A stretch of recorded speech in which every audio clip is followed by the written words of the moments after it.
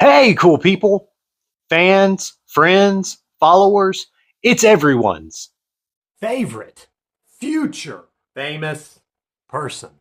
Joey Jones, your content king, here with another crash course all about the Memorial Day Melee. The night kicked off with an exhibition between Chris Kamikaze and a newcomer named Julius Pryor.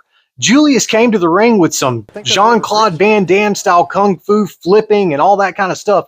It was pretty impressive. But Kamikaze showed him he also knew how to flip and demonstrated that there's a reason he's our heavyweight champ. Kind of squashed him. It is what it is, but it was a pretty decent match. Our second match of the night was between the regular guy, Tyler Smith, and the other relative newcomer in Jason Briers. Now, Briers had wrestled before at one of our shows up against Chris Gaines and demonstrated that not only was he kind of hard to knock over, but he's pretty strong. And he did the same with Tyler. Tyler had to put in some work to finally get him down, and Jason showed off that he could toss him around the ring a little bit.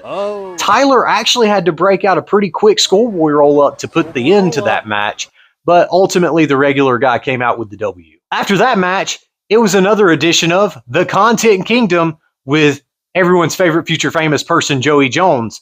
And that show, I decided I was going to bring out Bobby Moore and Harley Kay, and it would have been great had they come out when I needed them to.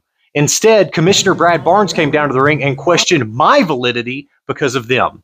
Then they finally decided to come out, which set Brad off. He got upset. Bobby started trying to go after him. Tyler came down to the ring and kicked one of my stools. They went back and forth and finally decided they needed to have an I Quit match at the next show. So I guess that's something to look forward to. Now, the fourth thing that happened at the show was the titular match, the Memorial Day Melee. And it was a little complicated, so I'm going to need all of you to bear with me for a second because I've got a clipboard. So, first off, we had Joey Idol wrestling Johnny Matthews. Bit of a immovable object versus an irresistible force, where ultimately Joey decided that it'd be easier to just use some brass knuckles. He got caught, and that gave Johnny the win.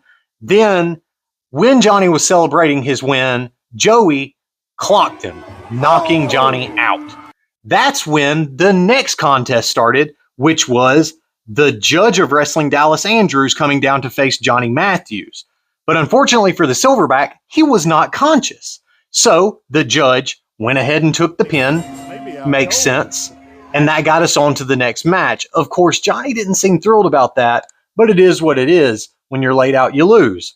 That brought in DJ Black, who Dallas Andrews has faced off against a bit before. We got to see a little bit of new offense from the judge, but ultimately DJ Black hit him with the sunset flip and also hit a tripletta on him, and that put an end to that match. Now, DJ Black got the honors of facing Jason Briers, who had earlier been defeated by Tyler Smith. Now, in that match, you got to see a neat little flip trick that DJ Black's now trying to break out. It was pretty cool. He rolled forward, grabbed him, dropped him. The only problem is he got a little cocky with it, tried to do it twice. And when he did, Briers caught him and hit him with the TKO, resulting in a pin. That meant that Briers moved on to the next round, in which Julius Pryor, who had earlier faced Chris Kamikaze, came down to the ring, and he showed off some more of those martial arts. Only this time he did such a good job that he managed to put Jason outside the ring and get him counted out. So that meant that Pryor got to move on to the next fight. That's when James Hardy came to the ring. And if you know anything about James Hardy, he's not going to fight fair. He had something inside of one of his forearm pads and delivered a spinning forearm to Julius Pryor and showed him that sometimes martial arts don't beat a foreign object. With James Hardy having pinned Pryor, that's when Zach Riley came down to the ring, a little bit of a big man, and he dropped that massive elbow on James and pinned him. And that's pretty much that. Riley moved on. Tim Possible came out to face him. Tim had to hit Riley with two of those big knees, but he did. And that laid Riley out. He got the pin, and Riley had to move on. That's when Possible moved on to his next round, and the Dean, Cody McHale, came down to the ring. Now, Cody held his own for a while, managed to pull off some decent offense. He even endured one of those knees and managed to kick out. But Tim Possible nailed the Blue Thunder Bomb and got the 3 count off of that one. So that sent the Dean packing and brought out our next contestant in Waylon Rhodes. And let's be honest, there's a bit of a size disparity there between Tim and Waylon. Oh, goodness. Tim tried to go toe-to-toe with him for a bit, but ultimately Waylon hit the Whiskey Lullaby and put Tim to sleep. So after that, there was only one match left, and it was actually the Backwoods Bronco versus Waylon Rhodes, which you wouldn't have thought would result in the outcome that we wound up with. But a video started to play on the overhead, and Waylon got distracted.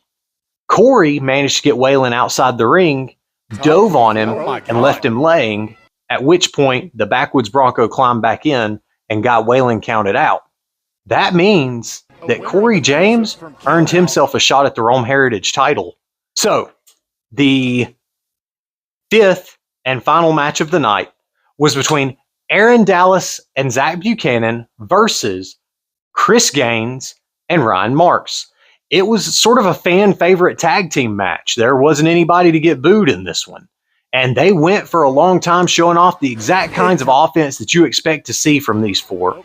It was great. And the fans liked it so much that when it went to a draw, the 5 more minutes chant started. And it happened. They went for 5 more minutes. It was incredible. Ultimately, Aaron Dallas and Zach Buchanan pulled out the win. And they were celebrating. They were excited. And then Rob, who I was commentating with that night, left the booth, went down to the ring, hit Aaron Dallas with the briefcase, laid out Zach Buchanan with one of those massive spine busters that Rob's so good at, and then he proceeded to hit Aaron Dallas with the Adonis Death Drop onto that briefcase, gave it to Commissioner Brad Barnes, and pinned Aaron Dallas. And that gave us a new Rome Heritage champion and the It Factor, Rob Adonis. Unfortunately for Corey James, that means that he's going to have his work cut out for him at the next show. As usual, I appreciate your appreciation. I'm grateful for your gratitude. Thank you for watching, and if you will, please like, subscribe, and hey, ring the bell.